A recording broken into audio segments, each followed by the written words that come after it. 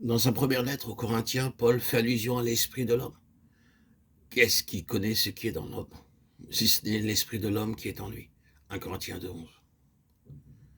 C'est par notre esprit que nous nous connaissons nous-mêmes, d'une connaissance plus approfondie que ne serait celle de l'intelligence.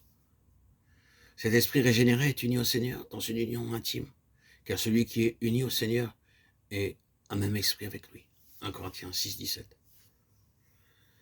L'esprit de Jésus et notre esprit ne forment qu'un seul esprit, de sorte que quand l'esprit se meut dans notre esprit, nous marchons avec lui, dans une union parfaite de notre esprit avec le sien. Comment cela peut-il se faire? Regardons au calvaire. C'est au calvaire que Dieu fait son œuvre en nous. Il est écrit que le Seigneur, étant mort selon la chair, fut vivifié par l'esprit. 1 Pierre 3:18. C'est lorsque nous nous identifions avec Christ dans sa mort que notre esprit est vivifié et ressuscité en nouveauté de vie avec lui. C'est pourquoi il faut reconnaître la croix comme seule base de cette vie selon l'esprit. De même que le Seigneur fut mis à mort au calvaire et ressuscita par l'esprit, de même, il nous faut aller au calvaire pour être spirituellement mis à mort selon la chair. La chair doit être regardée comme crucifiée, Galates 5:24, afin que le croyant puisse marcher selon l'esprit jour après jour et ne pas accomplir les désirs de la chair, Galates 5:16-25. Il faut que nous soyons amenés toujours plus profondément à cette communion intime avec Christ dans sa mort.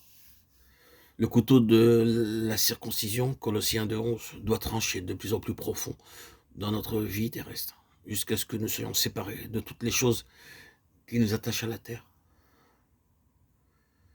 Notre esprit ne peut demeurer, se mouvoir et vivre en Dieu, à moins que nous ne soyons disposés à laisser le Saint-Esprit nous amener à une conformité parfaite avec Christ en sa mort.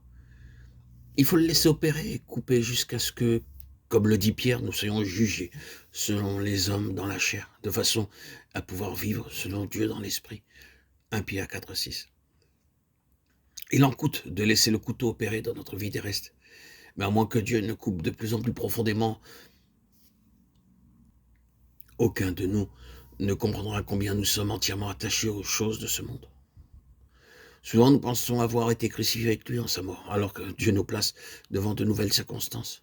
Et nous découvrons que nous n'étions pas aussi profondément séparés du monde que nous ne le pensions. Il est grand, le prix que nous avons à payer pour obtenir cette union intime et cette victoire qui en découle en esprit sur les puissances des ténèbres. Mais nous désirons non seulement une victoire personnelle, mais être amenés au point où Dieu peut avoir par nous cette complète maîtrise sur cette puissance satanique que les apôtres connaissent bien. Jésus les envoya avec la mission de chasser les esprits malins. Ils devaient être ouvriers avec lui.